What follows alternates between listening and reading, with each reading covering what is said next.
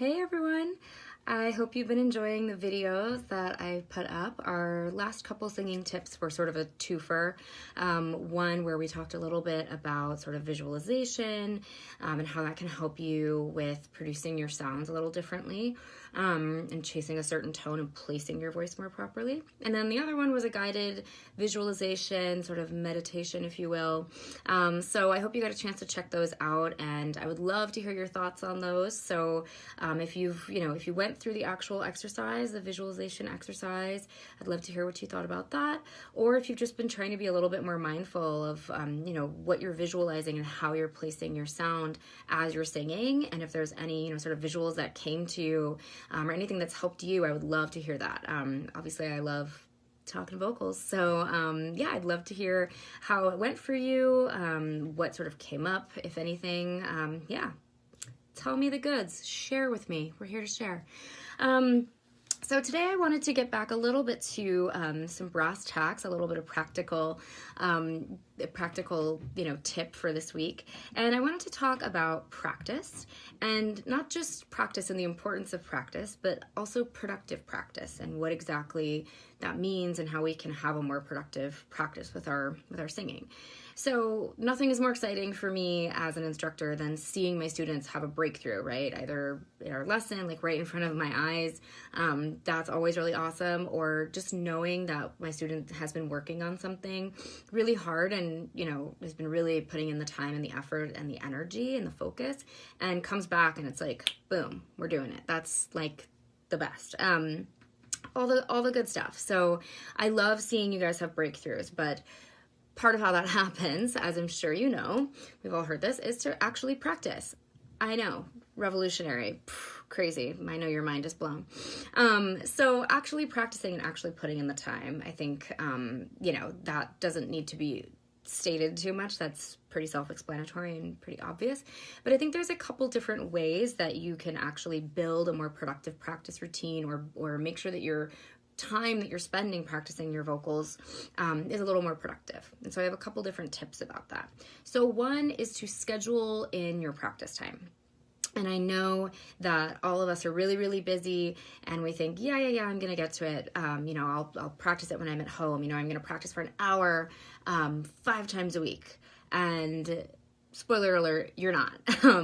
So the reality of the situation is that all of us are really overscheduled. We're really busy. We probably don't have an hour at a time, honestly, to sit down and work on our vocals. Also, I will say that I don't think you exactly need an hour at a time to work on your vocals, especially if you're just first starting out.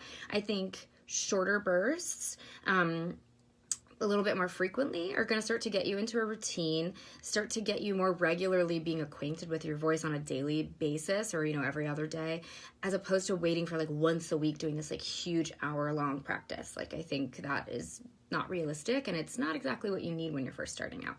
So I would say to pull out your calendar, right? Find a couple times, 2 or 3 times a week where you have either 10, 15 extra bonus points if you have 30 minutes that you can set aside to do your practice, and actually schedule it in. So however you schedule it, if you are a bit of a Luddite and like me and have, like a written planner, go for it. If you have that on your phone, whatever you use for scheduling, literally schedule in your singing practice time.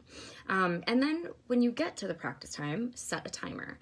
And it can be for, again, 10 minutes, 15 minutes, 30 minutes, whatever it is. Just giving yourself an expiration time, I think, is really, really helpful, because you can do anything for 10 minutes, right? You can do anything for 15 minutes. You can do a lot of things for 30 minutes. And so I think that knowing that there's a parameter and there's an end time, you can love singing and you can, love doing something a lot, but it can become a little daunting if you just know that you're staring down this sort of never-ending expanse of time. So I would say scheduling the time out, setting a timer, and then when the timer goes off, you're done. Unless you feel like you're really in the flow of it and you want to keep going, cool, go for it. But again, I think having that expiration time where you're just putting in the time and then you can move on to other things, get on with the rest of your day or the rest of your life, I think is super helpful.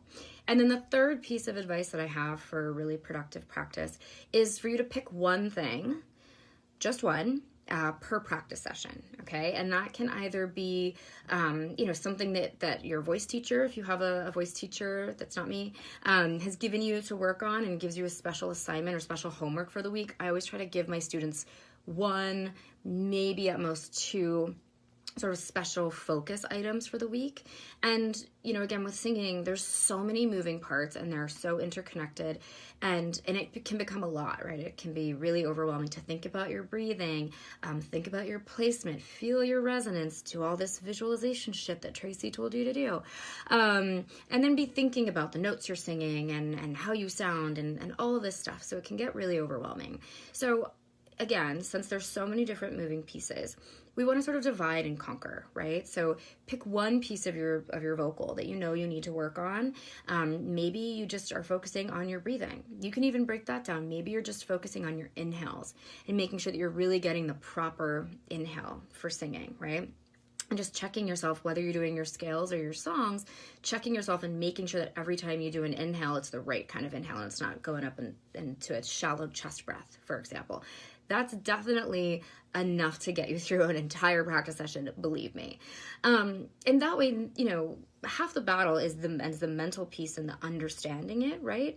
But when it comes to practice, what we're really trying to do is build this muscle memory and really target into our bodies to get our bodies to actually start doing these things by default so that you don't have to keep thinking of it, right? You can check that off the list and move on to the next item. So I would say picking one thing per practice session and just give yourself a special task, right? Another thing I assign my students sometimes is to have different days that they work on their different vowel shapes. So kind of like with exercise, you might have like a leg day or abs day or whatever the hell, and just divide it up. Do one day where you do E's and A's. Do another day where you do just ah, and do a third day where you do O and U, right? And really trying to, focus in on the vowel shapes and your mouth shapes. What happens tonally when you change to your different vowel sounds, right? How can you really spend time with each vowel sound? And that's where that vowel tuning piece comes from when we're working on our voices. So those are just a couple tips for making your practice a little bit more productive and hopefully taking some of the pressure off of it so that it doesn't feel like you have to sit down for an entire hour. I promise you don't. Again, if you have a little bit longer to really dig in, I think that's great.